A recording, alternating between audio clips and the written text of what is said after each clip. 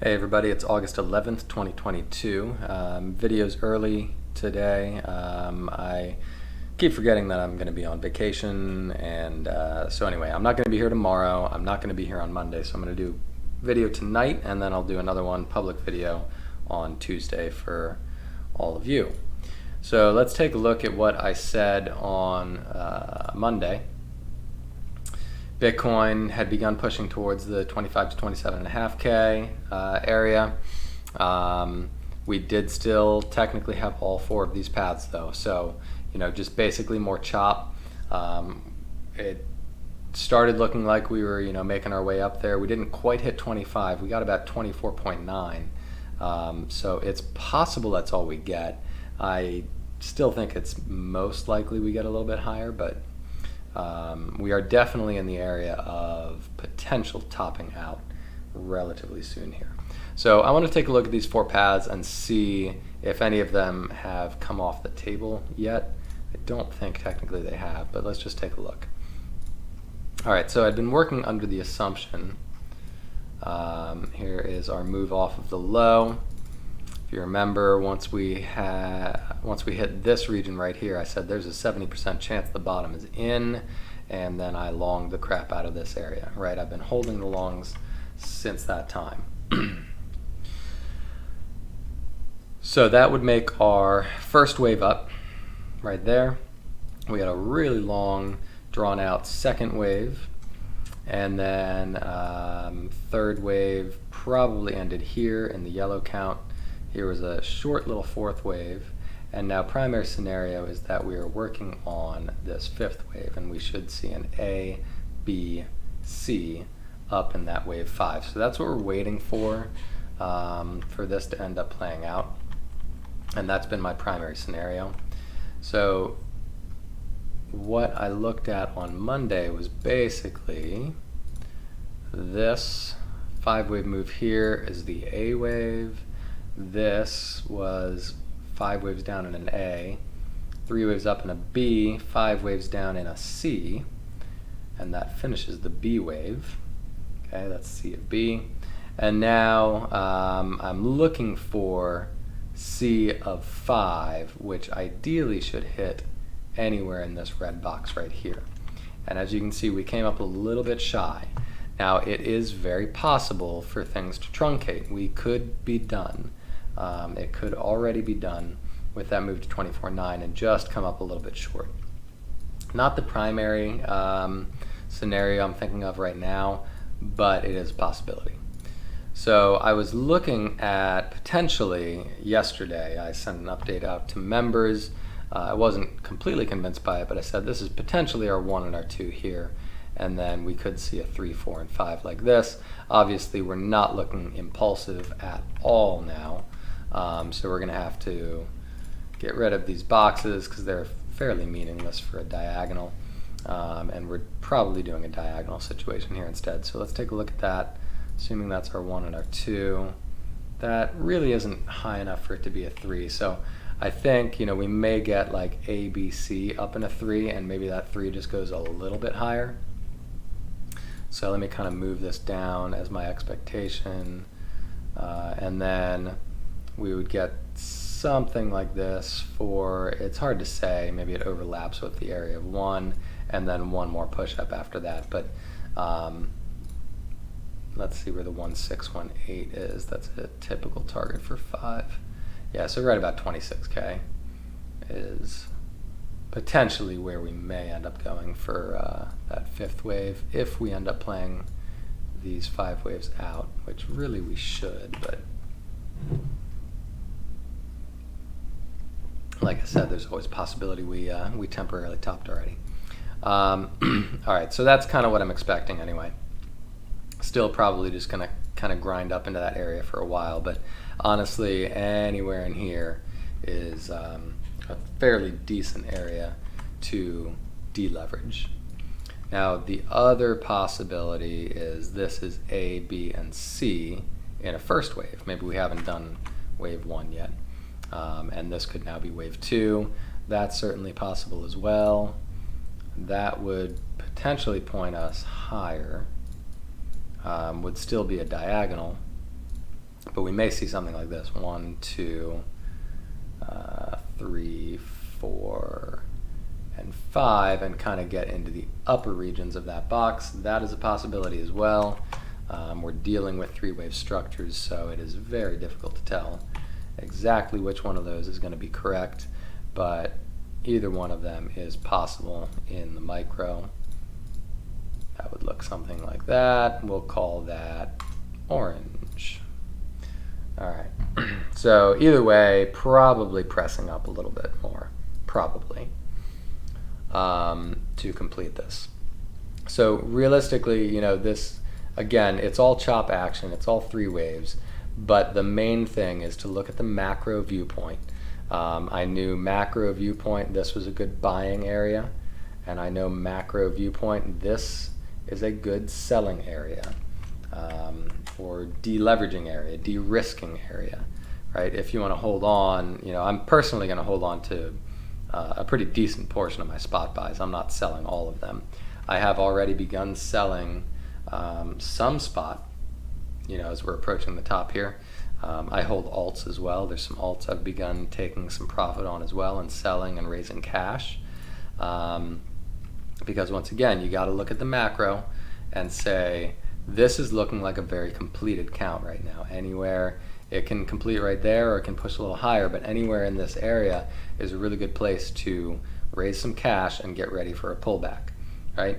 Even if it goes into the more aggressive bullish scenario, which I'm really not convinced of now based on the action, but still technically a possibility.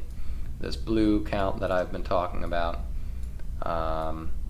if Bitcoin gets above this area, which is about 27.5, 27.8, just call it 28K basically. If we see a strong push above 28K and get more like into the 30, 31 area, I'll be looking at that then as the primary. We'd have the 4 and the 5. But even if that is the case, I'm not going to be mad at taking profits in this area and just de-risking. I'm not saying that I'm going to sell all of it in that area, like I said, but I will be taking profit on even my spot buys. I'll probably sell somewhere between 20-30% of my spot buys, just so I've got some cash to you know, put in on a pullback. And if I see evidence that, you know, this is turned into like, yeah, that's definitely rejecting, then maybe I take a little bit more profit then on that rejection too, and just raise even more cash for the inevitable next move down.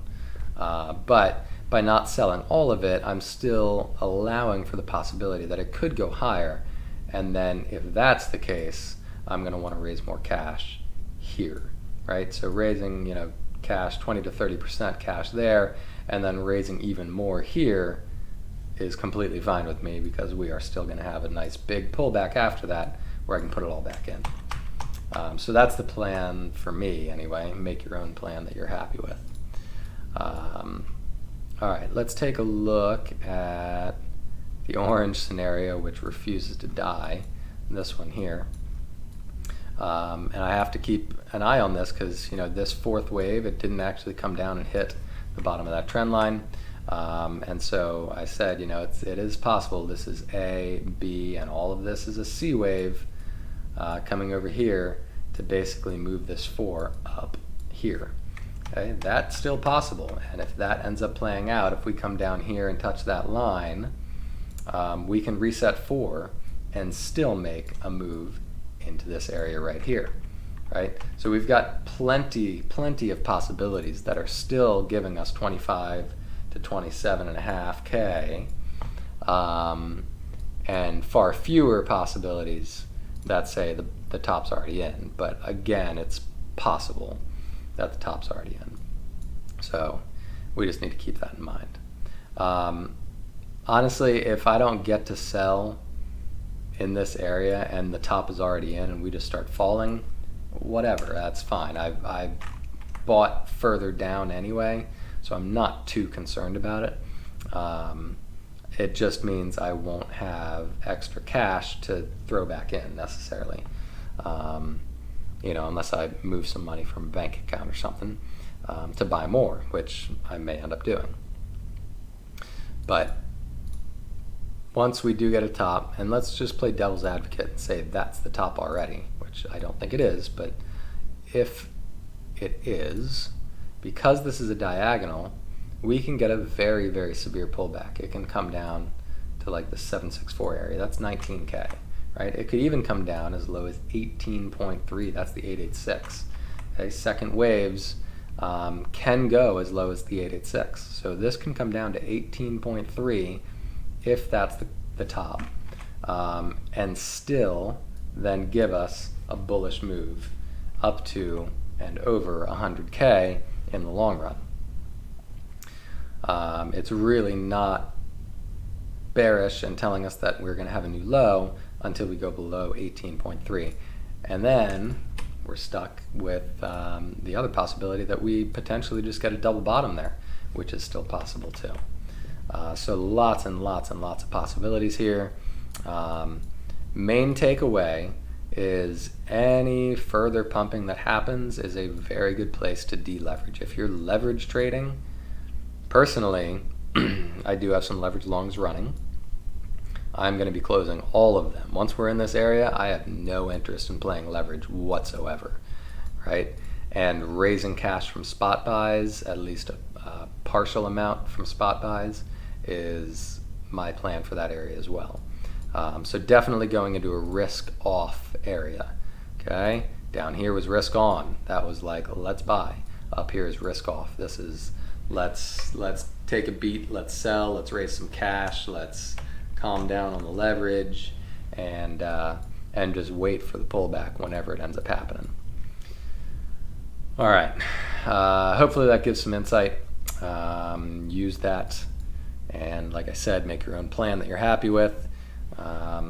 You can't necessarily use my plan. That might not be a good plan for you, right? So use your own plan. All right, yeah, I've got nothing further to say on that. Oh, daily chart. This one candle, yesterday's daily candle, is one of the only things that makes me think, you know what, top could absolutely be in. That's the other reason that I think top could potentially be in. That candle right there is quite bearish. But we saw that, you know, temporary top here and then a push up, temporary top here and then a push up. So we've seen candles that look like that over and over again. So it doesn't spell the absolute end, but it does lend a little bit more credibility to potentially the scenario where maybe we just come down and reset this wave 4 right there.